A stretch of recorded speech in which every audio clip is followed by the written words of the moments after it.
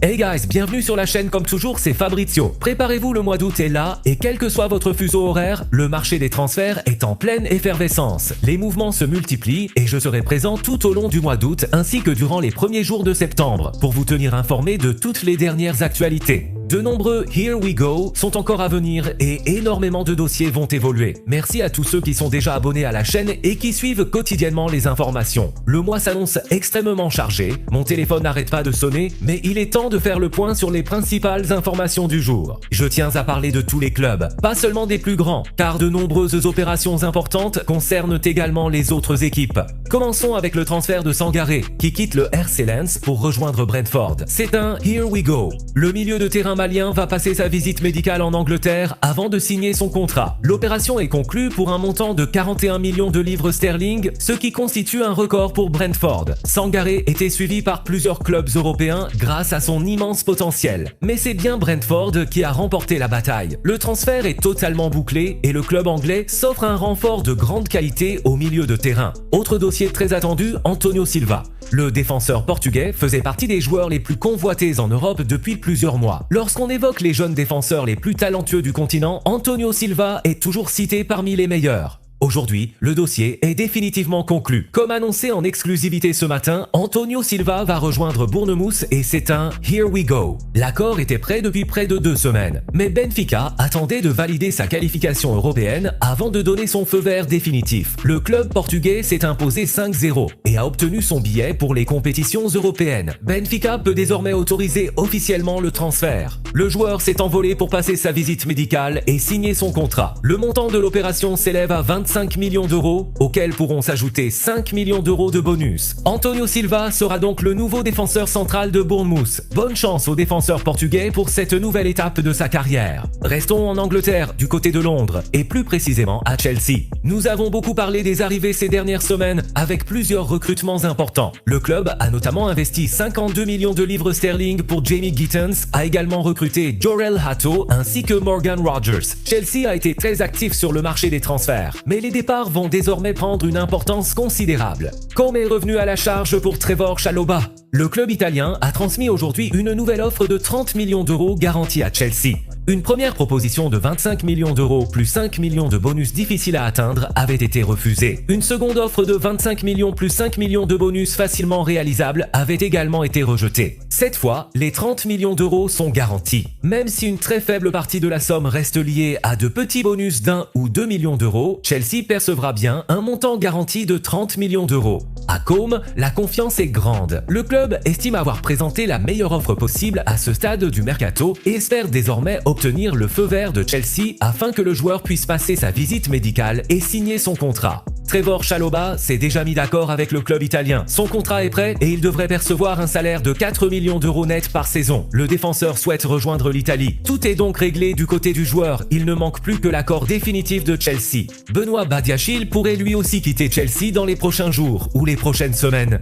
Plusieurs clubs s'intéressent à lui, notamment en France mais aussi en Italie. Naples l'a inscrit sur sa liste de priorités après la blessure de son défenseur Alessandro Buongiorno. Benoît Badiachil fait partie des profils étudiés par le club italien, même s'il n'est pas la seule option. Federico Gatti, défenseur de la Juventus, figure également parmi les candidats suivis par Naples. Badiachil serait ouvert à ce transfert, notamment parce qu'il lui permettrait de disputer la Ligue des Champions. Il est donc intéressé par cette possibilité. Il faudra désormais attendre les décisions de Naples concernant le profil du défenseur que le club souhaite recruter. À ce stade, Trevoh Chalobah comme Benoît Badiachil sont tous les deux pressentis pour quitter Chelsea cet été. La grande surprise du jour concerne Mykhailo Mudryk. Toute l'affaire liée au contrôle antidopage appartient désormais au passé. Mudryk va faire son retour avec Chelsea. Il rejoindra dimanche le groupe à Hong Kong afin de participer à la tournée de pré-saison. Ce sera une formidable opportunité pour lui de retrouver les terrains. Mudryk est officiellement de retour et peut rejouer immédiatement avec Chelsea. Le club va cependant l'évaluer durant le mois d'août, principalement au cours des 2 prochaines semaines, avant de décider s'il restera dans l'effectif cette saison ou s'il sera éventuellement prêté afin de retrouver davantage de temps de jeu. Le joueur ne pense qu'à une chose, retrouver les terrains, rejouer avec ses coéquipiers et montrer toutes ses qualités. Après s'être entraîné seul pendant une longue période, il est désormais prêt à revenir à la compétition. De nombreuses questions concernent également Enzo Fernandez. Beaucoup s'interrogent sur son avenir et sur la situation qui l'entoure. Je l'ai toujours dit, Oubliez la piste du Real Madrid. Les informations dont je dispose restent les mêmes. Le club madrilène n'est plus dans ce dossier. L'agent d'Enzo Fernandez est actuellement en route pour l'Europe après avoir séjourné aux États-Unis à l'occasion de la Coupe du Monde. Au cours de la semaine prochaine, plusieurs réunions sont prévues afin de discuter de l'avenir du milieu de terrain argentin. Des discussions auront lieu avec Chelsea, mais également avec Enzo Fernandez, qui est encore en vacances. Le mois d'août est désormais lancé et il est temps de prendre des décisions concernant les prochaines étapes de son avenir. Le Real Madrid ne fait plus partie de l'équation. Il faudra donc voir comment toutes les parties évalueront la situation, mais ce sera un dossier à suivre de très près. Passons maintenant à Arsenal et à Bruno Guimaraes. Les Gunners sont prêts à poursuivre les négociations avec Newcastle. Depuis le départ d'Eddie Howe, Arsenal continue de travailler activement sur ce dossier. Les contacts se poursuivent avec les représentants du joueur, tandis que ceux-ci échangent également directement avec Bruno Guimaraes. Le milieu de terrain brésilien est très clair sur ses intentions. Il souhaite rejoindre Arsenal. Bruno Guimaraes considère que le projet sportif des Gunners est parfait pour lui. Un accord existe déjà entre le joueur et Arsenal depuis quelque temps. Désormais, Arsenal et Newcastle vont reprendre les discussions afin de tenter de conclure définitivement le transfert. L'opération peut évoluer à tout moment. Il faudra donc rester attentif dans les prochaines heures, car Arsenal veut Bruno Guimaraes et Bruno Guimaraes veut Arsenal. Depuis le départ d'Eddie Howe, il existe également le sentiment que Newcastle est désormais disposé à vendre son milieu de terrain. Ce dossier sera suivi de très près dès demain. Autre information en exclusivité, Matthias Geisler va devenir le nouvel entraîneur de Newcastle. L'information est désormais confirmée. Terminons avec quelques informations rapides concernant d'autres grands noms du mercato. À l'Ajax, le transfert de Marc-André Ter Stegen est enfin totalement bouclé. Le Here We Go était annoncé depuis plusieurs semaines, mais il restait encore quelques détails techniques à régler. Il faut également rappeler que l'Ajax ne prendra en charge qu'une petite partie du salaire du gardien allemand. La finalisation officielle de l'opération est prévue demain, au début du mois d'août. Le fait de clôturer le dossier après le paiement du salaire du mois de juillet facilite naturellement les derniers détails administratifs. Marc-André Ter Stegen voyage cette nuit afin de rejoindre Amsterdam.